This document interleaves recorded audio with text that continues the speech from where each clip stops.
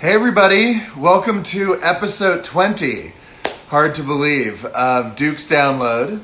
I'm Duke Mason, and I am so excited today for the 20th episode to have one of my really close friends, someone who's a leading LGBTQ activist, someone who was the first openly gay major party candidate for president of the United States in American history, my friend Fred Karger, and he just sent me a request. So I am now going to connect. Just 1 second. It's connecting. May take a minute. But yeah, Fred's one of my favorite people, and I'm really grateful that he is here. Hi, Fred. Magic. I'm here. Hey, Duke. What's up? How are you? I had a little technical difficulties, but now first time Instagram living, but it's pretty easy. Well, there's always something that comes up. I mean, it's a pain, but we do the best we can. But no, I'm so grateful that you're doing this. And as I was just saying, you're one of my close friends, but you're also, I think, one of the most fascinating people that I know. And you've had quite a unusual life trajectory, which I think is, but you've also achieved all these amazing things. And so I want to talk about all of it, but I wanted to first say, because this also is kind of a weird, funny part of it, is the way we met, which is so bizarre, which is that, I don't know if you want to tell them, I can tell them, but it's, I guess because I'm the one who recognized you, maybe I'll go first. But I knew who you were because you had announced that you were running for president. This must have been in late 2010, early 2011. So I knew who you were, but I was outside the Abbey one night with my ex, actually. But we were coming out of the Abbey, and either were you going into the Abbey or you were just walking down the I was street? just walking down Robertson, minding my own business. It was so weird because the fact that I just remember I was walking out and I saw you and I said, "Oh my God, that's Fred Karger." And we talked for a few minutes and I got a picture with you, I remember.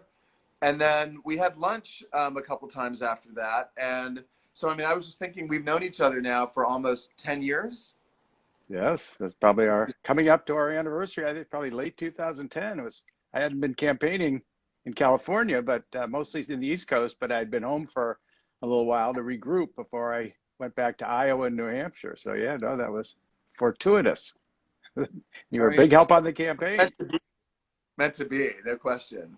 Yes. Um, but so starting at the beginning though, I don't know if I've ever even asked you this question. Like, when did the political interest actually begin, or how did it begin? Like, how old were you when you started getting interested in politics?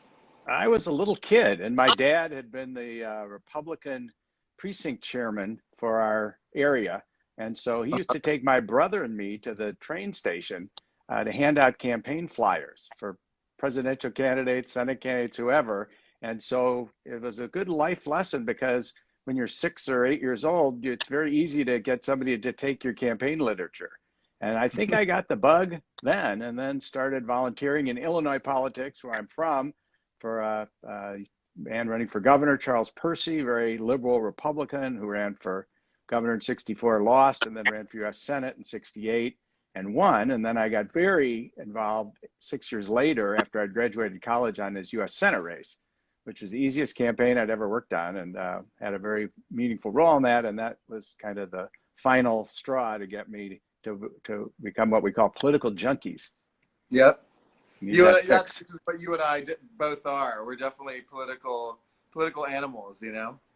And it's fun when people, I've known a lot of people, including myself, when I retired, it's been about 17 years ago, I, thought it'd be nice to get out of politics. So that didn't last very long. And I've seen many others who do that. You're a junkie. You need that fix. And, if you really do love it, it's a great profession. And I made my living doing it for about 27 years at the Dolphin Group. So I was able to work in a variety of campaigns, and I really enjoyed it. And I learned a lot from my mentor, a guy named Bill Roberts, who had run Reagan's 2 campaigns for governor with his business partner, Stu Spencer. The firm was Spencer Roberts, and he was kind of a master of modern politics and an inventor of many of the techniques we see now, like polling, which hadn't been done, television advertising they did for Reagan in 1966 that had never really been done in political campaigns. And of course, they had a great candidate and an actor running, so it was very successful and really helped. He was an innovator and futurist and really changed the way campaigns are run. But so you were interested in politics early, but you didn't actually get into it professionally until what, your 30s or 20? No, actually, yeah, earlier. Earlier. Well, yeah, because what, the early 80s is when you went to work for Dolphin Group? Even before that. So yeah, I needed to get the hell out of Chicago when I got out of college. So I figured, you know, if you have to live somewhere. Did you move to LA for acting and for modeling?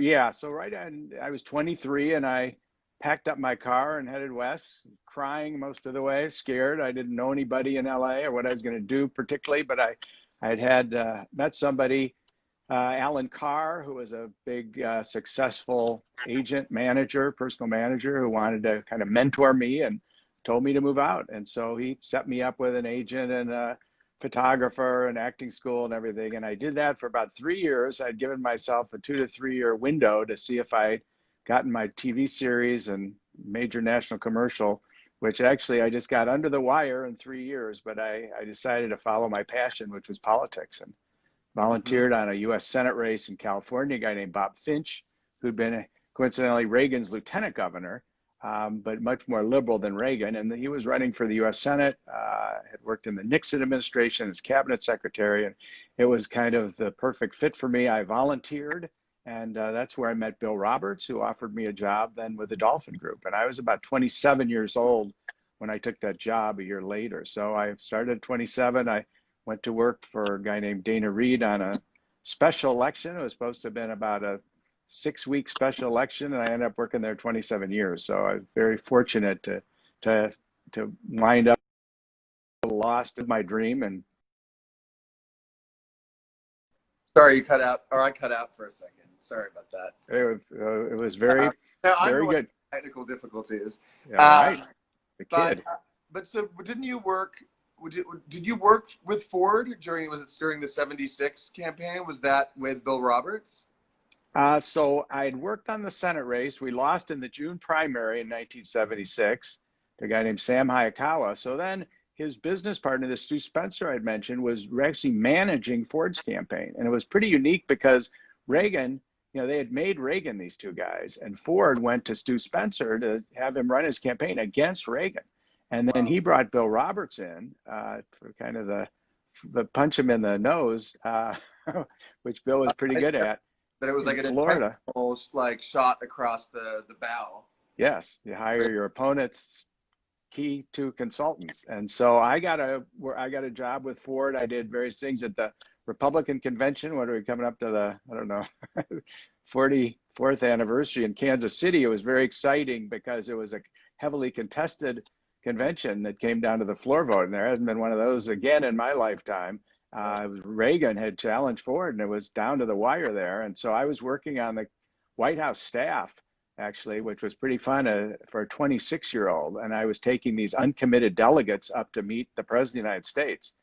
And that's when I got my start and really got hooked when you start working at that level. And I mean, I know you and I are geeking out right now in our political, but like, even I remember reading that like the 76 was, but they went into the convention and Ford wasn't sure whether or not he was going to, secure the nomination. It was kind of an open question, It was down to Mississippi, to these delegates from Mississippi.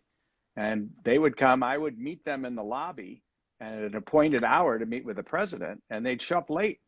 And I, of course, was not too happy about that, very nervous. They'd show up, and then I'd take them up. And, these are just pretty simple people from Mississippi, but the ball was in their court. So they really determined who the nominee was going to be. And so I remember when the second, I think, or third time they met with Ford and his top staff, they came out all wearing Ford hats and with Ford Frisbees and pens. And I knew that the deal had been closed, and they had a sample vote, which showed that Ford had the majority and went on to be the nomination. And then the irony was we're all sitting there, all of us, the Ford zealots, and it was very, very tense. These primary battles are a lot worse than the general election because Hmm. you're often against your friends, but this was philosophical and a lot of things. And anyway, we're all the Ford people are standing on the floor of the convention gloating, and Reagan gave his nomination speech, and we're all wondering, like, gee, maybe we went with the wrong guy. But he had his turn then 4 years later, and went on to great Well, that was the success. famous speech he made where he said, like, will they say, and is it in 100 years, or was it 100 years or 1,000, whatever it was, where he says, will they say that we did what we could do, that was kind of a very memorable Oh, convention of his on his part. I don't know if some of those people watching may not know that my dad actually worked for Reagan in the White House and on the campaign, and you worked and you were in Republican politics at that same time. And but like my dad, you're a liberal Republican. And I mean, actually, I want to ask you more later about your point of view on the Republican Party today. But but yeah, and then you worked with Ford, then worked on Reagan and Bush, and then you worked for 27 years at the Dolphin Group. And in 2004, you retired from being a political consultant. Is that right? January 1st, yes. And Wow. goofed off for a couple of years and then figured I would do something. I didn't know what. And I said, I want to do something significant. And that took me into possibly the last thing I ever thought I'd be doing, which was LGBTQ activism. Because I'm of a generation that many of us, particularly, working in politics on both sides of the aisle, were very closeted. We had a double life. I'd always been gay since I was about 18. But I'd had this, deep, dark secret that I managed pretty successfully to keep too.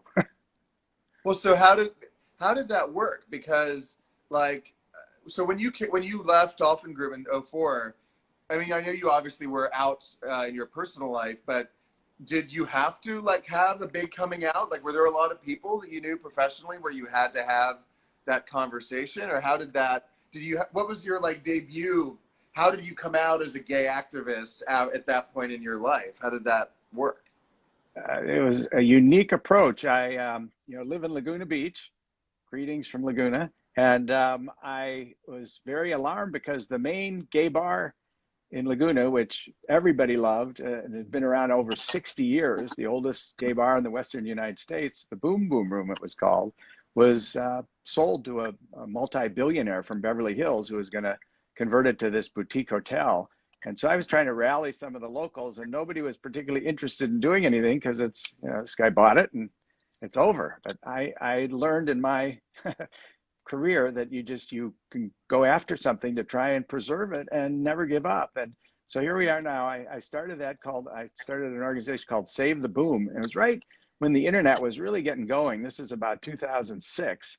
And so a good friend of mine put together a website, and I thought I'd have to threaten to spend, $100,000 or something to take on this man who was worth 3.2 billion at the time, the Stephen Udvar-Hazy. And instead, a website and a lot of grassroots activism got us a lot of attention. And that's how I really came out. Was LA Times did 3 big stories on this, including a major Sunday magazine feature on me.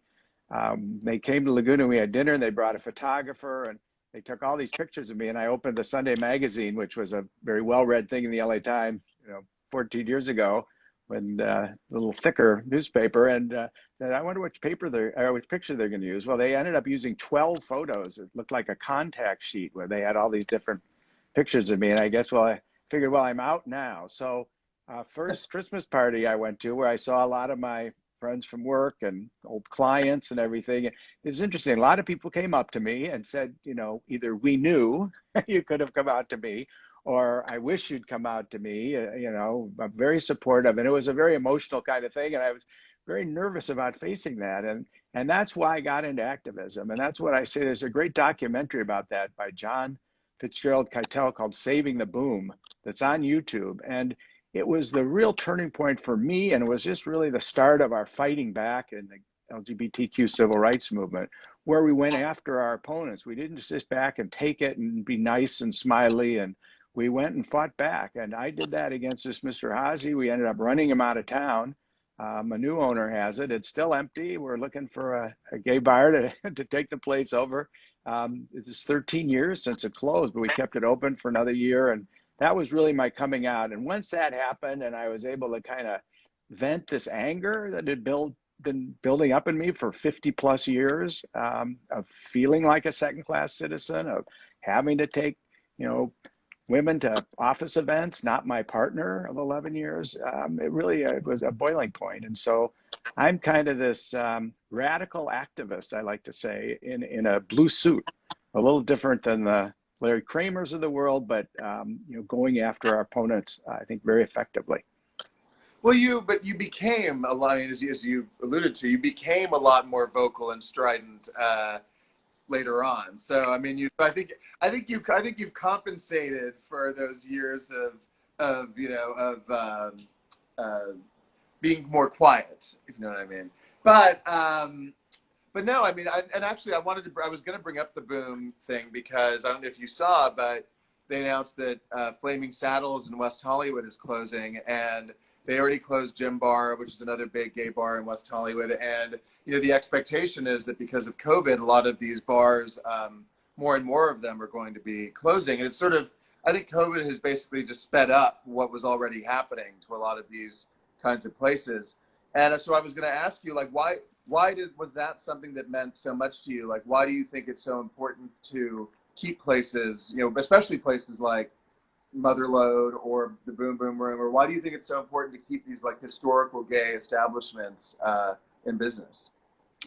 The LGBTQ community doesn't really have a lot of history.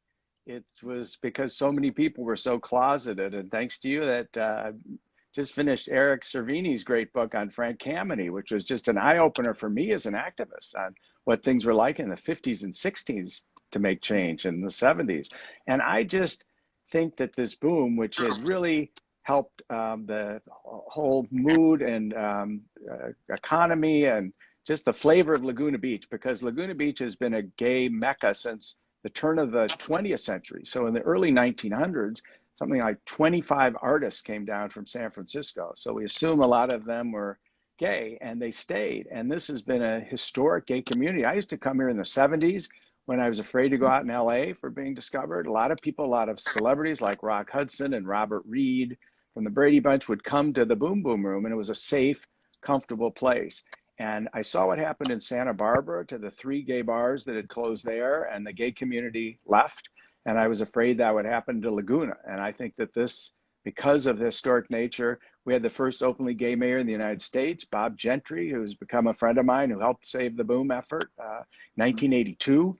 I used to read about him in the Los Angeles Times, just amazed that somebody could be out, this college professor from UCI could be out and gay and running a city for 12 years. And so, I wanted to keep that history. I think that's very important.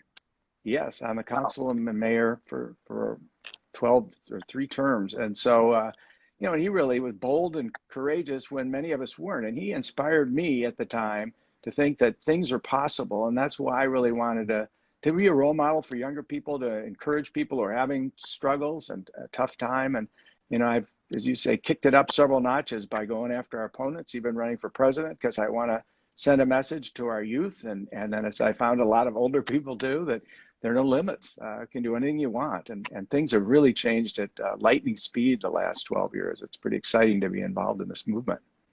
Well, and you came out and started your activism sort of at a very critical time because, of course, in 2008, Prop 8 passed, and you became one of the leading activists on the front in terms of, taking on the Mormon Church. And so, and of course, I'll let you talk about that. But why did you decide to make the Mormon Church and their role in the Prop 8 and broader anti-gay movement? Why did you decide to make that sort of your area of focus?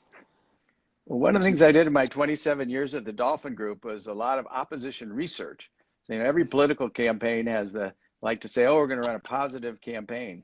But beside the positive campaign is this opposition research office, and they're digging up dirt, information, voting records, everything on the opponent. And it's oftentimes then when you do find something or you do get tips, a lot of times this stuff comes from, people who aren't too thrilled with your opponent, who want to give you some information on them. And so you have to be ready to take that. Well, so I was pretty frustrated as this political professional when I saw this Prop 8 campaign come together, because we had lost 27 statewide elections at that point on gay marriage, 27. And they were still running the identical campaign, this cookie cutter campaign from the other states where we'd lost. And I'm thinking, when do you change your strategy up? Maybe after the 5th loss or the 10th loss? Well, I decided after the 27th loss, we're going to do things differently in California. And I inserted myself in that campaign. I crashed the campaign by saying I was going to go after these opponents of gay marriage who were putting up 6- and 7-figure amounts. This one guy, Doug Manchester in San Diego, $125,000 to take gay marriage, which had just been legalized, of course, in May of 2008, is going to be repealed, and was in November. And I said, this guy owns the largest Hyatt hotel west of the Mississippi. He's arrogant. He said he's doing this because his religion requires him to. He showed no remorse. He's bragging about this contribution. So I said, all right, you think it's so great? We're going to boycott your hotel.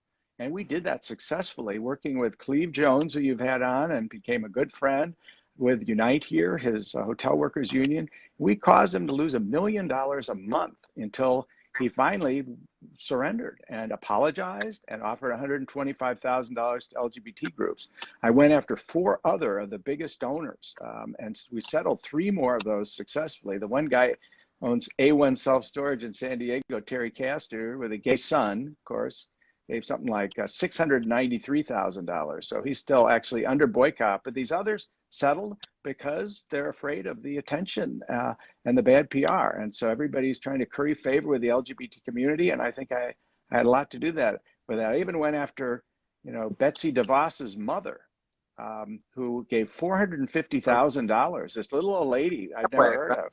You involved? Was it boycott Amway? Was that the thing? This was before. Well, it was actually, so she's also from a billionaire family from Western Michigan. Her father is they're a big family too, right? They're big, they're richer, they're the richest family, and I boycotted them not from their Prop 8 activism, but the $13 billion a year privately owned company. But the CEO gave $750,000, this National Organization for Marriage, the lead organization taking away marriage. But Mrs. Prince had given $450,000 to take away our marriage. She lives in Holland, Michigan, and I'd never heard of her. And I did a little research, and you can see that.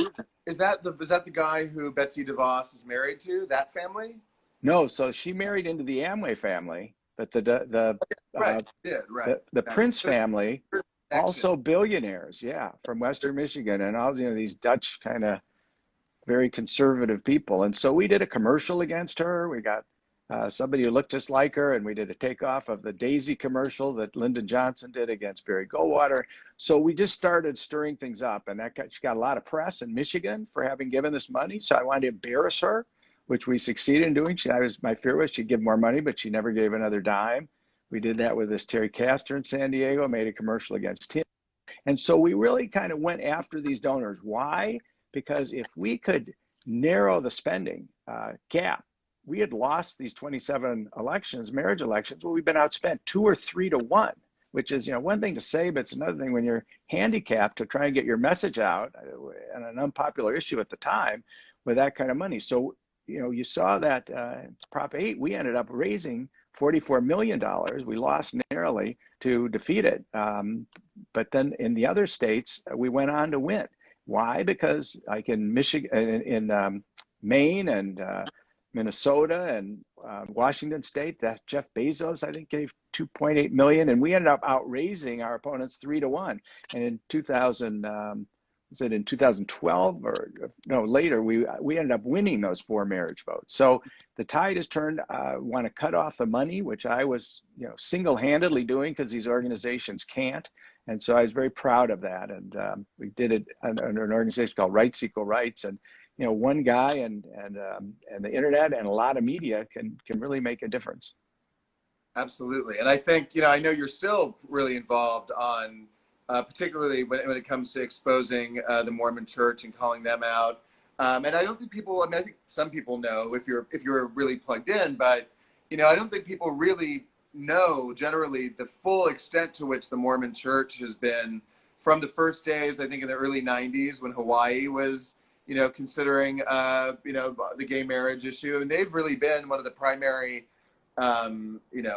supporters of the anti-gay marriage movement, and financially and otherwise. And so I thank you. And I know you really have done a lot of amazing work and continue to do a ton of amazing work on that issue. Are there particular areas when it comes to the Mormon issue, particularly, that you're working on currently, or things you can talk about, or is that still something Sure. you're working on at the moment? Full disclosure, I'm not as I know secretive some as of they are. it's semi-covert, so you have to keep Not them. really. I've gone public with that. So yeah, I mean, during Prop 8, all this money kept coming into the Yes on 8 campaign from these $100,000 donors I'd never heard of in California. And a little Googling showed that they were Mormon members and giving huge amounts of money, dentists. And so I took that story to the Wall Street Journal, and they broke it. And as the head of public affairs with the Mormon Church on Prop 8 told me, he said the Mormon Church has never been the same since. And that led to a big tip. I got all these documents showing they'd gone back to Hawaii. All those 27 states we'd lost, the Mormon Church was running and funding the show in all those states. So we blew the whistle on them. I got them investigated in California, and they are out of the gay marriage business. They are still terrible, their policies by their leadership to their particularly LGBT members, but they're leaving the rest of us alone, other than filing some amicus briefs before the Supreme Court, as they continue to do. And they're softening up a little bit. But I believe in going after our opponents. The first sign I saw when I kicked off our Manchester hotel boycott was "No more Mr. Nice Gay." And that's kind of me. Although, as you know, Duke, I'm a nice guy, but don't go after my community, or you will pay a Don't price. take the niceness for lack of toughness, or there's a difference. Yes. Fight fire with fire, and an eye for an eye, to quote the Bible. But I think, on the other hand, what you did, this is a good segue, what you did in running for president, and I know you did it with the intent of wanting to be a positive force and to inspire people and to make young LGBTQ people feel included and represented. I think that was an incredibly sort of positive, act. And so, what was the moment? When was the moment that you decided, or even first pondered the idea of running for president? I'd always wanted to run for office. I almost did it in my 20s when they couldn't find a candidate on the west side of Los Angeles, but fortunately somebody came into the rescue. And I still really wasn't, out much at that point. So I thought I could do it safely. But then once, I was afraid that the gay issue would easily come out, and I would, be very unsuccessful and embarrassed. And so I just kept that under wraps and loved being behind the scenes. And then once I came out, particularly in Prop 8, because we got a huge amount of national press. I mean, the New York Times even commended me in an editorial for all I did against the Mormon Church. And I never thought I'd be commended in a New York Times editorial. So that was pretty nice. And it got a lot of attention, because I knew that would be, next to the Obama election, that would be the hottest race in town. And so I just decided to explore my options. I'm now out publicly. I could run for office. Do I run for city council in Laguna Beach like Bob Gentry did? But I'm 60 years old, so I decided to follow my grandmother's advice, which always start at the top. And I had about a 15-page or 15-item checklist of things I wanted to do to see if I could consider it. And I made it through those, including some fundraising and the Obama situation. He still hadn't come out for gay marriage yet. And so I went to DC and New York and New Hampshire and did an exploratory trip, and was so well received at this LGBT Alliance at the University of New Hampshire on my very first night there.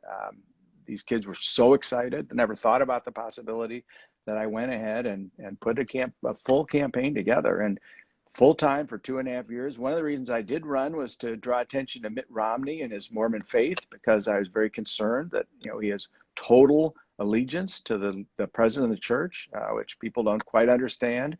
And so I wanted to be able to point that out and be a thorn in his side as a little payback, and also to alert people of how this religion works, which most people are very unfamiliar with. So it was an incredible exercise. I met so many people, friends to this day.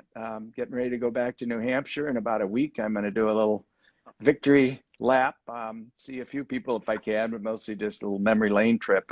And then of course, this cycle got very involved in the Pete Buttigieg election because I'd said many times in many interviews I was doing this to pave the way for the next LGBT candidate, like Shirley Chisholm did for Jesse Jackson, and then later Barack Obama. She was the first African American to run for president in 1972, and so lo and behold, here comes this amazing, amazing candidate, this brilliant, incredible, capable guy. I'm still sorry is not quite the nominee, Pete Buttigieg, but I was very thrilled to support him, become friends with him, be a big fundraiser for him, and kind of pass the baton. Mm-hmm. No, I mean, and I can, I mean, I've told you this a million times privately, but how much it meant to me because as someone who, had aspired to run for office myself and was really interested in politics, I had actually thought to myself, I wonder when someone, an openly gay person, will run for president, if or when that'll ever happen. And so, what you did, I think people forget that, that you ran in an extremely different environment. Not to say that what Pete did wasn't extremely important and admirable and different, I'm sure in many ways challenging and difficult.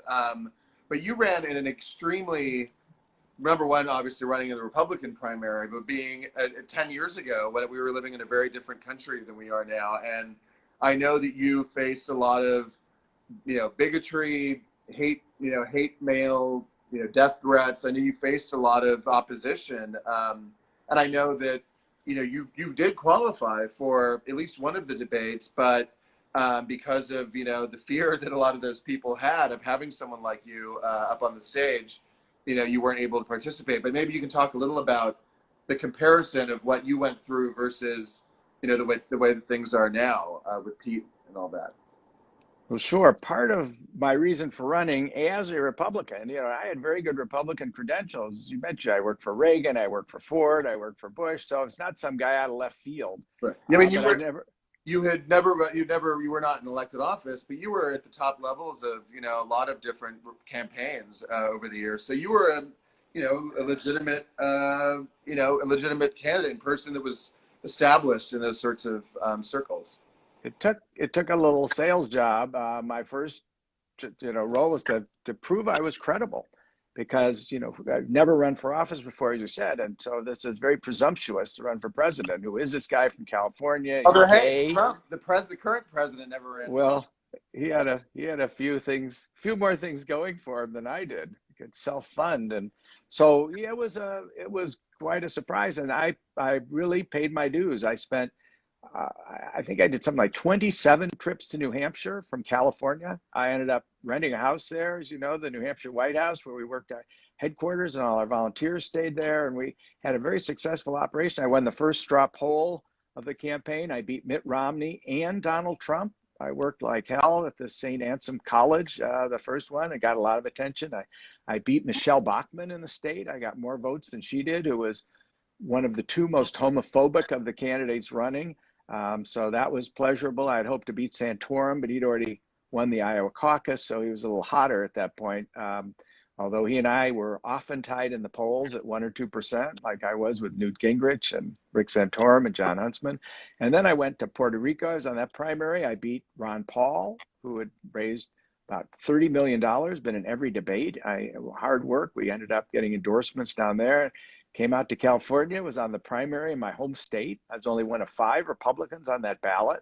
Of course, Romney had clinched it by then, but I got a lot of attention. We had, that very fancy campaign bus wrapped with the Fred Karger for president, which it was this dream. So I ended up in Utah against Romney, mano v mano, even though, again, he'd already clinched the deal, but I was able to really take some swipes at the Mormon Church, because a suicide report had just come out that Utah had 6 times the attempted suicide rate of any other state by LGBTQ youth. So, they've changed their ways. And you'd asked me earlier, and I didn't mean to avoid it, but I'm doing this project now because they still completely dismiss and demean their LGBTQ members, and still has the highest suicide rate per capita in the country. So we're fighting back against them. We're going after their tax exempt status, which is sacred. And A lot has been uncovered lately. I've estimated, and through good sources, that they have over $1 trillion in assets. Just recently, these twin brothers came out. One had worked for the church. They have $100 billion, and that was in the New York Times, Washington Post. He filed an IRS complaint. They have $100 billion they pay zero taxes on, and it's all in blue chip securities. And this is illegal. And so I'm looking at all their other real estate holdings, all their other investments, and we're going to file another complaint, a bigger one, with the IRS, which is going to show that they completely abuse the system. I mean, it's one thing to give money away, which they give very little away, but if they own a 50 or 36-story apartment building in New York and they pay zero property tax and zero income tax, that's illegal. And so we're going to blow the whistle on them, whistleblower complaint with the IRS. And I've been doing this for about 4 years. It's a massive job. I have a team of investigators, tax lawyers, my top research guy. We filed the first complaint in Hawaii, actually 2 years ago today, on August 16th, with the IRS and the Attorney General there, which got an AP story, went all over the world, a lot of local press. And so we're going to keep the pressure on them until they stay away from us and allow these LGBTQ Mormons and their families back into the church. So we are fighting back, and they don't like it, but somebody's got to do it, and I'm the guy. Well, I mean, the thing I remember when you were on during the campaign, you were on Rachel Maddow talking about Mitt Romney and talking about both his personal issues, with his residency and all that, but also, relating to the Mormon Church. And, I was rewatching, if people haven't seen this, they should go on YouTube. You did a few really great ads, but the one that really affected me, actually, when I rewatched it, was the ad. I thought it was really brilliant when you superimposed yourself at the debate where the gay soldier was booed at the Republican debate. And, while I forgot who, I think it was Santorum who egged that on and I thought it was amazing that you were basically saying, this is the way that a candidate for president should respond, to a gay soldier, talking about don't ask, don't tell. And so it wasn't just that yes, it was that you were there as a gay candidate, but you were also trying to, talk about just making the Republican Party more open-minded and trying to use your platform to talk about how it should be more inclusive of gay rights and civil rights. And so I think it's actually really interesting to rewatch that in light of everything that has happened to the Republican Party in the last 10 years. But I was curious to get your perspective on where you think things are at with Trump and the Republican Party at the moment. Do you think it's redeemable or salvageable? GOP? Always. I mean, when I first got started in politics in California in the mid '70s, Richard Nixon had just resigned office, on the verge of being impeached. And I mean, you think it's unpopular to be a Republican now, which actually I'm not. I switched to independent to vote for Pete and going to stay there for a while anyway. But I mean, you couldn't ever in California mention you were a Republican. You'd just be drummed out of the party or the room, wherever you were. So Reagan really single-handedly came back and brought that, even as a more conservative candidate and president, but he just made it kind of cool again. And all these young people came back to the party, and it became a majority party. And so this is cyclical, and we've never had anything like this president, that's for sure. And it may take a little while to rebound, but I have hope in this two-party system. I'm very patriotic American who knows that we will survive through, pandemics and Trumps and everything else and come back. And I just hope the Republican Party comes back a lot to its roots. And one of the reasons I ran was this big tent theory. I think it's very important that, particularly as a minority party, which we are still, that we welcome everybody into the party. But obviously, Trump has a different philosophy. And so he hijacked the party. He did a hostile takeover of it very successfully, put his own people in, got rid of the establishment and has taken over. So, if he wins in November, it's going to be harder to bring this party back. If he doesn't, I think, leaders will emerge and hopefully they will bring back the party to its roots of Lincoln and Theodore Roosevelt, who, very progressive Republican who did all kinds of wonderful things 100 years ago, that was my political hero, and I patterned a lot of my campaign after. So I do have hope, but I do get very discouraged and embarrassed, and it's just a sad state of affairs we're in right now. Well, I do think it says a lot that someone like you, who worked in Republican politics for years and ran for president of the United States as a Republican, that you became an independent for the first time in your life, given because of what's happened to the party under Trump. But on a lighter note, sort of to wrap it up, but before we wrap it up, I wanted to talk to you about your upcoming book that you're working on. All right. A whole other part of your life, which is also very fascinating, is that you are literally the world's greatest party crasher of all time. And I know you're working on a book about that, but maybe for those people who don't know, you can sort of give an overview of some of your greatest hits over the years. Kind of been in the closet on that one too. I didn't think it was too complimentary to my activism and running for president, but the Washington Post, Dan Zach wrote the story, who spent 3 days with us in New Hampshire, and he accused me of crashing the Republican primary, which is, of course, exactly what I did. Yep. So I go back to my grandmother when I was 10 years old, who, all things dragged me to a Republican National Convention in Chicago in 1960, and we went into a press conference of then Senator Barry Goldwater, this grandmother and her 10-year-old grandson. And I've been to a lot of press conferences. I've never seen a situation like that. It's reporters. So that's when I think I got the bug, and it became a hobby of mine. And I like the challenge. And I think having been in the closet so long and having to be creative when people would say, your girlfriend, you have to come up, you have to think fast. So that got me into crashing. I did a lot of it, a lot of parties, a lot of events, sporting events, these national conventions. I should be in Milwaukee right now. I was in Philadelphia last year and 4 years ago, and Cleveland. Those are the best events to crash.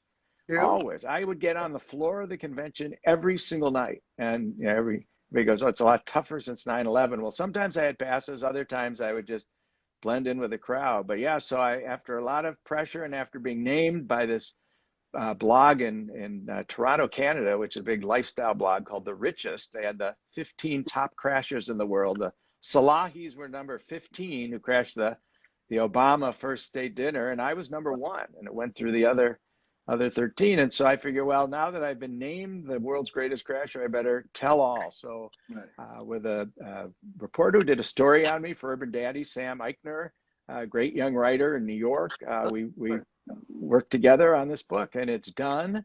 I'm heading to New York after New Hampshire. I'm going to take these proposals to all the different publishing houses there, which is going to kind of, in essence, crashing the publishing world. I think I've got a good story to tell. I think, particularly during these terrible times, I think people are looking for some lighthearted reading and humor and kind of adventure story. I like to pitch it as a cross between Catch Me If You Can and Wedding Crashers. It's got a little of each in there. You could probably really pitch this as a show. Like a semi-fictionalized version of I think that's actually kind of a genius. Every episode is a new massive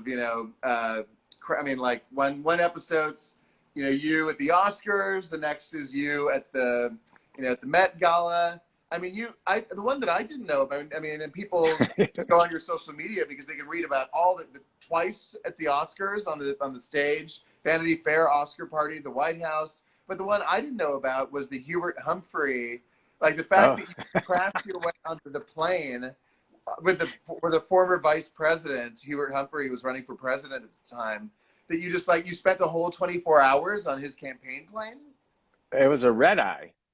So he had just lost the California primary, where my then girlfriend and I at the time, we were in California. It was right after I graduated. We went to the victory party, which wasn't that, at the Beverly Hilton Hotel. And they made the announcement that all media meet by the bus in the front of the hotel, that they're heading to the airport to take the flight to Houston. So of course we looked at each other and hightailed it out of there and had a rental car. So we followed the bus to the back of the airport, and then it was a 727, and there was a stairs coming out of the back of the plane, and the woman with a clipboard. And I was reading, I'm pretty good at reading upside down, which you'll see is one of my tips in crashing. It's learn to read those lists upside down. And I said, Eddie Wilson or something. And she goes, well, or Eddie Wilson. She said, well, I have an Edie Wilson. Is that you? I said, oh yeah, they always make that mistake. Is the Ed You have double to be D. quick on your toes. And Yes. And so up the ramp we go, up the stairs, and it was this red eye. He had just lost his chance for the nomination to George McGovern, and went to Houston, and he was bright-eyed in the morning. Oh, looked like he'd had 8 hours sleep, but none of us got any sleep. And then I went in the motorcade to the hotel where he was addressing the National Governors Association. And then, of course, we had to get back from Houston on our own, which we did. But what an adventure. So it's full of stories like that. And the press, I had this college girlfriend, these old reporters were all over her. There's some very fun pictures and stories. But as you say, I ended up on stage at the Oscars twice, not just in a seat, but that photo, on stage. I just sat there and looked at that photo in total astonishment of you, Liza Minnelli, Charlie Chaplin, on stage at the Oscars. That picture is it's an iconic picture, and you are literally like Zelig, like the Woody Allen. You're there on stage at but at one of the most iconic Oscar ceremonies probably of all time. And that year with Liza Minnelli, I escorted Cabaret. her out. Actually, she went for Cabaret. I'm sure it was the biggest night of her life, and you can see that in the early video. But that picture was in the LA Times and went all over the globe. But Eileen Eckert was the Best Supporting Actress winner that night for Butterflies Are Free, and I positioned myself. I want to be on camera right behind Liza Minnelli and Joel Grey, who won Best Supporting Actor. And it's a very fun video to watch because Eileen Eckert and I are just chatting like we're old friends and singing together. And then I ended up talking to her, been in touch with her son, Luke Yankee, who wrote the book about her and everything. And his line to me, which is I got to put in my publicity, is said, I always wondered who that young man was talking to my mother. So for 50 years almost, there's this guy, because it looks like I was just very much in the middle of the winners, the three big winners. That was the year that Marlon Brando won, but didn't show up, or he'd have been up there too. So I thought maybe I'm kind of taking his place. Did you reach out to him after that, after you read that, just to let him know who you were? He told me, yes, no, we've been in touch, and we have a mutual friend, and I said I didn't know if he'd had some of these pictures that I was able to get through the Academy and elsewhere, because they don't allow press into the Oscars. They have the press rooms upstairs. So I had a very good picture of me on stage with his mom. I said, would you forward this to him? He might get a kick out of it. Well, he'd seen it. But his line was, I always wondered who that young man was standing next to my mother. Because, and I'm thinking he probably wasn't too thrilled because, who's the crasher is the one having the most fun with his mom. But that's pretty interesting. So there are lots of stories. I'm going to have a whole big how-to chapter in there because there are a lot of tips that I've learned over the years. But I make the statement here, Duke, that I said, I don't think there are any events right now that I cannot crash. I just turned 70. I know I don't look it, but I am. Maybe I do today. But, I put a suit or a tuxedo on, and I can pretty much get in anywhere. It was very difficult when I was in my 20s because the security, because I was looking for kids sneaking into places. But the older you get, the easier it is. So I'm proud of that. It's a great book. It's called World's Greatest Crasher, and hopefully it will be out soon. And I'm posting a lot on Facebook, Instagram, and Twitter, a lot of the I call them photo narratives. So I'll take an event like the Oscars, put 4 or 5 pictures, some of the news clips I got on it, and here I go. This may be my legacy. For those of you who don't follow Fred, Twitter, Instagram, twitter.com/Fred Karger, Instagram.com/Fred Karger. Lots of political stuff, plus your party crasher stuff. And, it's good that you're putting out some of the photos and stuff about that sort of as you get towards you're already releasing content that will end up in the book. So that's cool. But we can only hope. Thank you, Fred. Seriously. I salute you. I love your show, Duke. And thank you for all the good you've done and continue to do. And you really are I think you and my dad are when I think of that Dos Equis commercial, the most fascinating, the most interesting man in the world. My dad is one of them, but you're also one of them. You guys are the two coolest people I know. So So thank you for doing this. Seriously. Well, thank you. It's been an honor, and hope to see you soon. Absolutely, Fred. Talk to you later. All right. Bye. Thank you. Bye. Bye.